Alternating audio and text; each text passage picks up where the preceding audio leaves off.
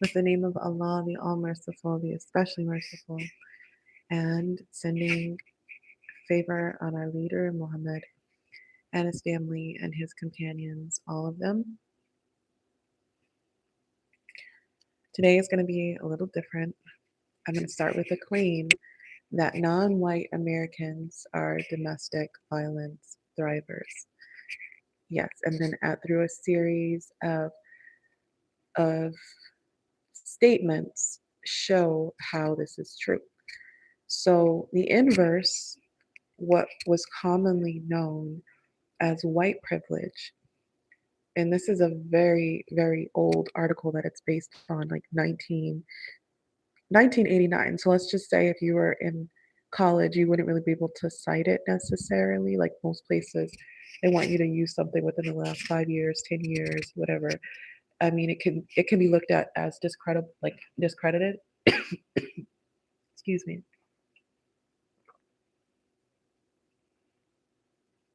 It can be looked at as discredited if it's not a recent thing. But this is one of those classic articles that is raised up. Like a lot of people who are not white say, "Oh, we've been had said these things," but then a white woman steps up and says it, and then it's like viral, right? Like in the academic world. And this article is called "White Privilege: Unpacking the Invisible Knapsack." And then I'm also looking at the version with some notes for facilitators. So the way that this is going to really be different, we'll see how it goes. I'm pulling up my screen now. I kind of wanted to do a little get ready with me as well because I realized there are some of the wrong people being attracted to this channel, like certain XY chromosomes that are quite supremacist and hateful in their speech. I want this to be a safe space. So I think that by doing a get ready with me, that might hopefully attract more of the girlies or just sane people who kind of don't mind keeping it a little light and not being too heavy. Because this article is not the heaviest, but it definitely is.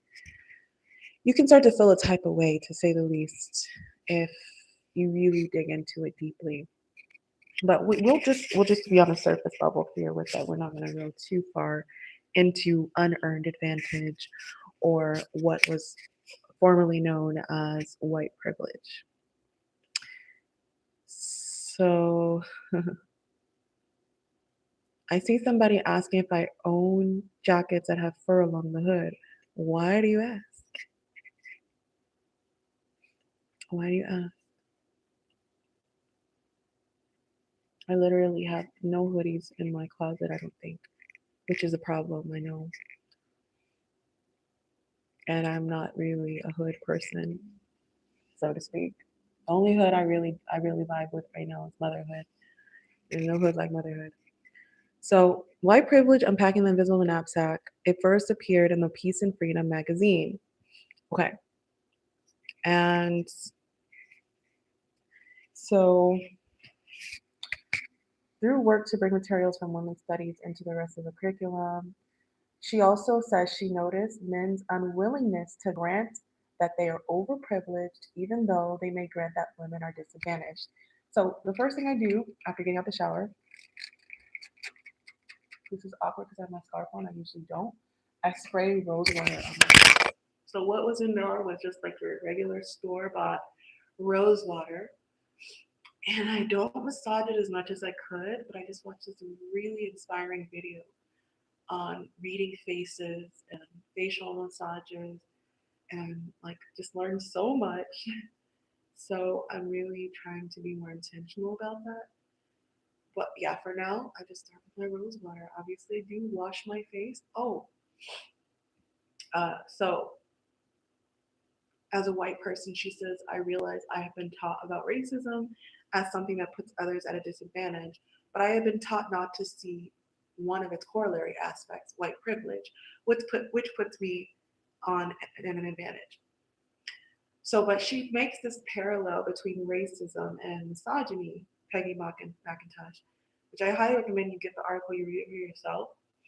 And so it says denials which amount to taboos surround the subject of advantages which men gain from women's disadvantages. These denials protect male privilege from being fully acknowledged, lessened, or ended. I hope you guys heard me. I totally just abandoned my mic, and I think it would be wise, since we're doing some get ready with me skincare, that I put it on my scarf. Another pro being a hijab, right? So then, now it's getting covered. So too soon. It's awkward to put it here. Can you still hear me? Whatever works. All right, so then Peggy goes on to say, I think whites are carefully taught not to recognize white privilege. So here we have something I clean my eyelashes with, which is key because what you're about to see, like right now I have no eyelashes, nothing, like probably some leftover mascara to be honest, but most of the time I wash that with the foaming I Love You eyelash foaming cleanser by Amazing Lash Studio. And I won this in a giveaway, a Halloween giveaway of all things. I don't celebrate Halloween, but I still did the giveaway because I tend to win one every year since 2021. I want to say, alhamdulillah, praise Allah. So I tried my chances with that and got a little gift basket that included this cleansing wash, which is pretty much the main cleanser I use all over my face. And I'm so surprised at how long it lasts. I'll just show you a little bit. Like it's like foaming. So it's really nice. But I mean, I got this in October and we're in almost May now and it still feels quite full. And I was about to let it go because I had no clue like how much it could go. But I feel like it's helping my eyelash growth in addition to cleaning my whole face and kind of helping with a lot of the mascara because I'm mostly a mascara girl. But I digress. So the next thing I'll do is probably the eyes, which is the trickiest thing. I don't know how I'm gonna do this on camera. Maybe I'll actually start with the lips. I don't have an order that I usually go in with, but after realizing the extent to which men work from a base of knowledge privilege, I understood that much of the oppressiveness was unconscious. Then I remembered the frequent charges from women of color that white women whom they encounter are oppressive. I began to understand why we are justly seen as oppressive, even when we don't see ourselves that way. And there are levels. So just as there is white privilege, she goes on to talk about this at the end of the article, there is also nationality privilege. There is there is something that I have really grown in since last year living in the UAE. I have been blessed to travel to Costa Rica, to Saudi, but never as long as I did. I was never there for more than a month. And in the UAE, I was there for a little over a month. But it was just I just noticed a lot of the privileges. So what I just put in there, what I just put on was Foxy Brown. This is Charlotte Tilbury. And then I'm going to put on some more Charlotte Tilbury, the most cringy name that you can find there. That's what I'm putting on here. If you can read it, then you'll know the name. I'm not going to say it out loud. And then I also will coat it with Summer Fridays on top. I'm literally just getting ready for my child's pickup. And I have nowhere else to go. I'm just like being very unprofessional in my work from home right now. Thank you so much. I really appreciate that. So here's the thing, like with this whole unearned advantage thing, the lens that I want us to look at this list through, because we're getting ready to read a list of unearned advantages that white people in particular have, but it can also apply to other groups like men, like Americans or people from the West, like poor people, rich people, heterosexual and all that. So like the thing is I just find it so important that we be intentional about our lens. And for me, I can see how there's everything about our existence is unearned. Who gave you how did you earn the breath that you just breathed? You know, my son and I, we saw blind people walking with sticks. How did you earn your eyesight and your health? What did you do to deserve that? Let's say. So I'm not saying this to not that there is unearned privilege, on a social level, but there's a deeper unearned privilege that we all are swimming in. I think it's a lot more empowering to be aware of that, and we'll focus more on that tomorrow and tomorrow's live, creator willing. But the thing is that I'm going to start the eyes. So this is Falscara. Um, yeah, the thing is just to be aware of that overwhelming unearned advantage that we all share, or most of us share. Like everybody has some level of unearned advantage. That's the point. So, anyways, Peggy says, I decided to work on myself by at least identifying some of the daily effects of white privilege in my life. I have chosen those conditions which I think in my case attach somewhat to more skin color privilege than class, religion, ethnic status, or geographic location. All right. Although they're intricately intertwined, she said.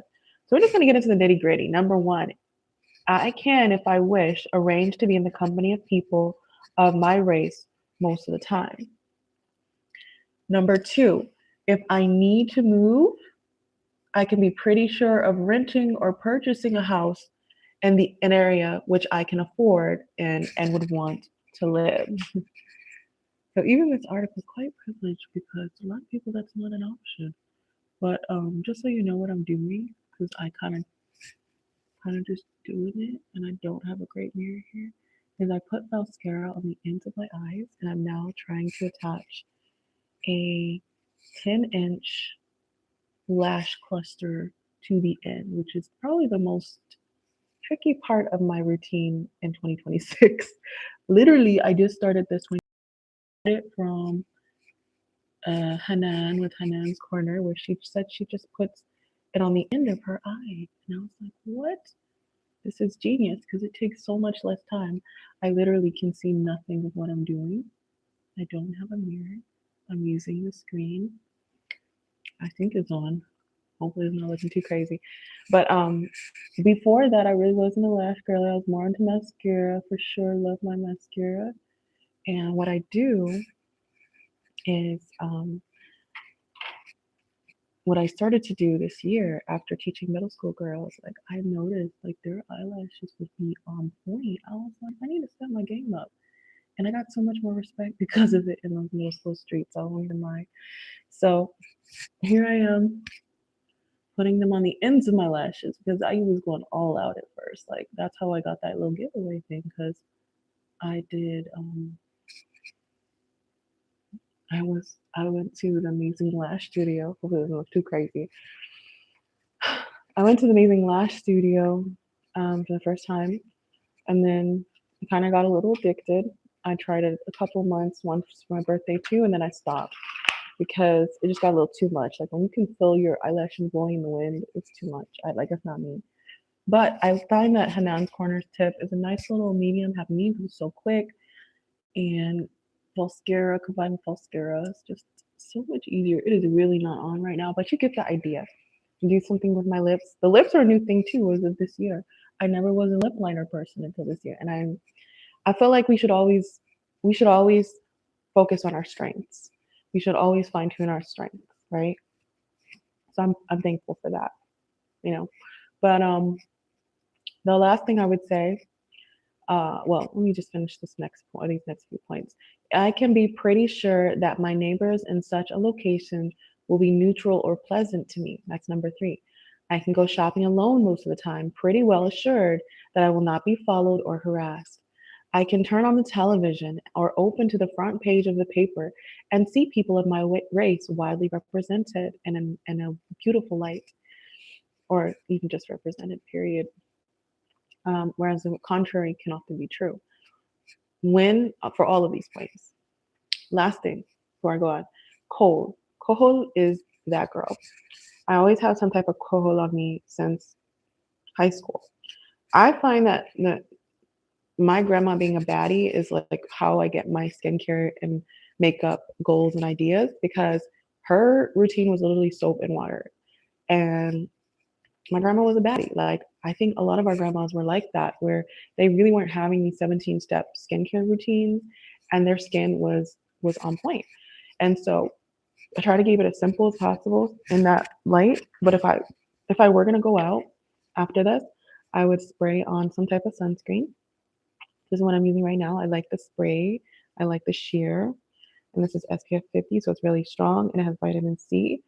So it's just something to have on. I don't even always have that though, because I just learned that vitamin D is very necessary, and it often we can't reach it with our skin if we have this sunscreen. So I'm not as adamant about it anymore. But with my hands, I do try to focus on that because I do have like my hands are disproportionately elderly compared to the rest of my body, I feel.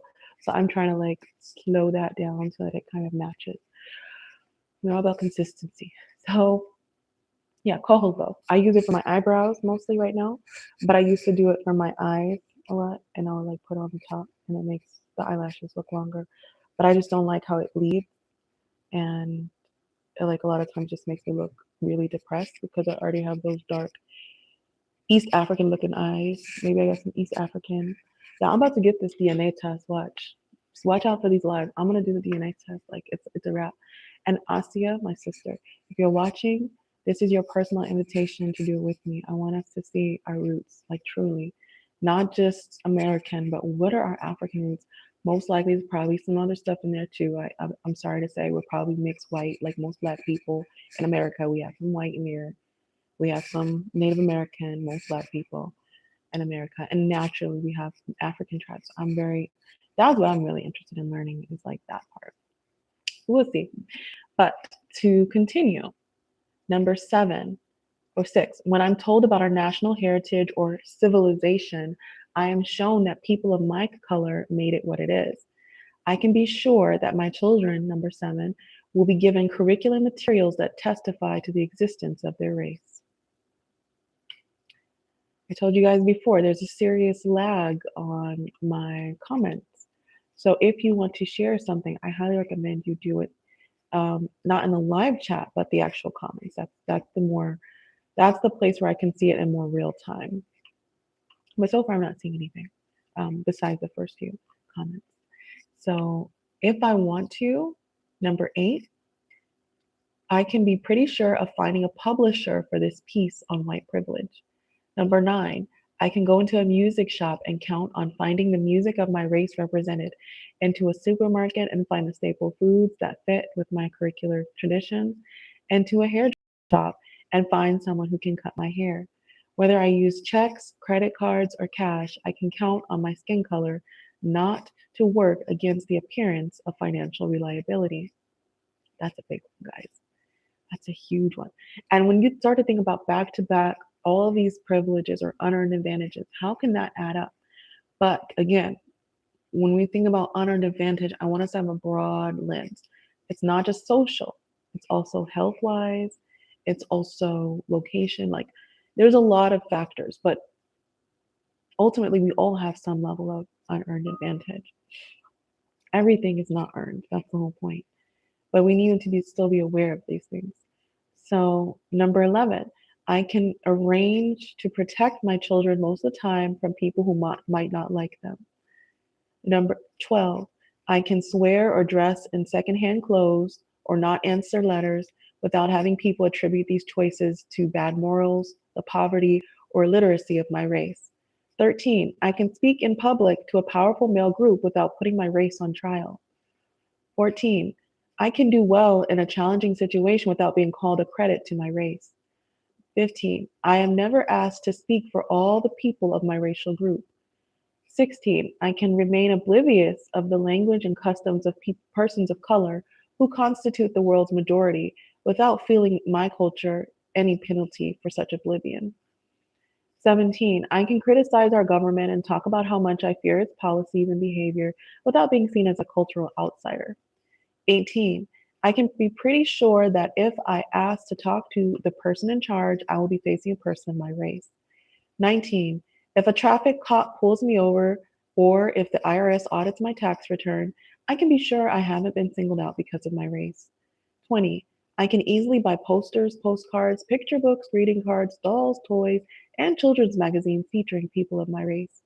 21, I can go home from most meetings of organizations I belong to feeling somewhat tied in, rather than isolated, out of place, outnumbered, unheard, held at a distance, or feared.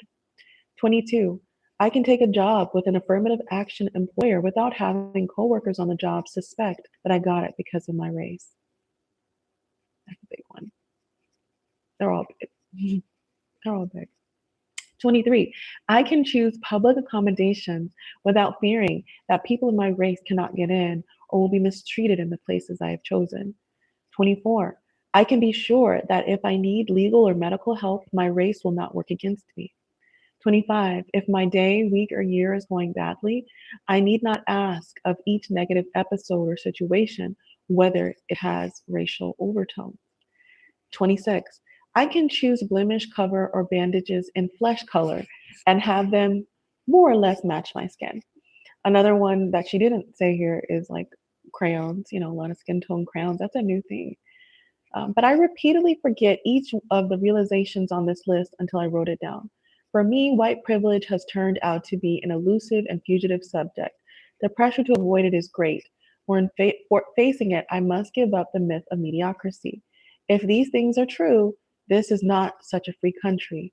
One's life is not what one makes it. Many doors open for certain people through no virtues of their own. In unpacking this invisible knapsack of white privilege, I have listed conditions of daily experience that I once took for granted, nor did I think of any of these prerequisites as bad for the holder.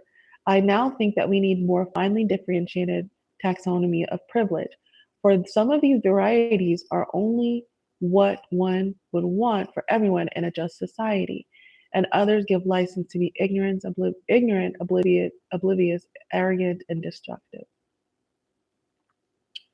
So I'm not going to read the whole article. I just wanted to share the list mostly, but you are more than welcome to look it up. There is so much to this. I first heard it again from a professor, Dr. Jen Ross Gordon. It was in race class, race, ethnicity, and the American dream. Well, it was in my first year at the university, and she introduced this article.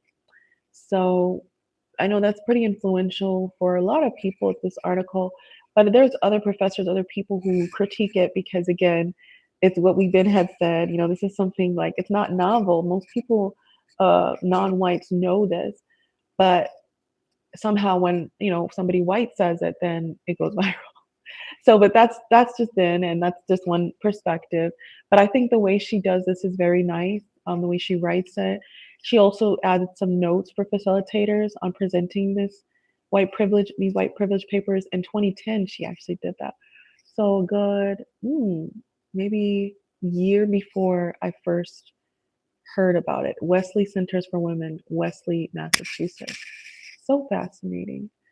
Yeah. So that was that was this. This is where she added, my work is not about blame, shame, guilt, or whether one person is a nice person. It's about observing, realizing, thinking systemically and personally. It is about seeing privilege, the upside of oppression and discrimination. It is about unearned advantage. Okay, she uses that word too in 2010, which can be described as exemption from discrimination. Mhm. And so she has a lot of notes here. Look it up, read into it yourself if you haven't already. Maybe reread it. Like I find myself feeling very invigorated just revisiting it after so many years. And it is validating because you're not, we're not crazy. We're not alone.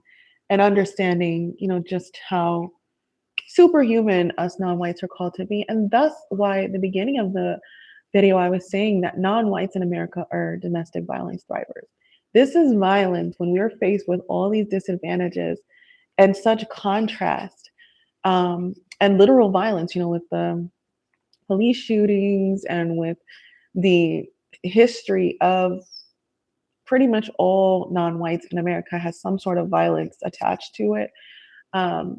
This is our home, right? This is, whether you're Native American, whether you're Black American, whether you're Mexican American, right, which they stem from Native Americans, whether you are, East Asian, which Native Americans come from, right? They're in this country, that we ultimately all have roots and ties. And I think that if you are non-white in America, especially today, you are a domestic violence thriver because compared to a lot of countries, like a lot of countries do have domestic violence. They have violence within their home country, but we have opportunities to thrive in ways that they may not, just based on the social structures. And even that is like really crumbling or not where it could be.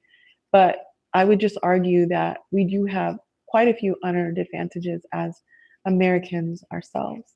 As hard as it can seem, it's like it's still violence, like violence is violence. But I think that we have opportunities to really fight back in a way that maybe people in other countries might not. And that's what really made me uncomfortable being abroad was almost the level of covetousness that I felt and just like guilt because it's like unfair how much better I was treated when I had my American passport or when I had my American accent or this and that and the third compared to people who did not. And I did write an article on the Substack that would break it down a little more, but I just wanted to include that because I'm not coming from a place, I'm trying not to come from a place of self-righteousness because that's one of the more obvious examples of privilege or unearned advantage that I even have experienced and I can relate to. So we'll talk more on that tomorrow, creator willing, unpacking more of unearned advantage, relating to oppression, and also relating to the oppressor. So, yeah, that's something that I think is valuable for us today. And I hope to see you again tomorrow. Please take care of yourselves. Please take care of your family. Until next time, you weren't aware, this is a part of a series where I am going on YouTube 100 days. So stick around, be a part of the family, subscribe, and take care.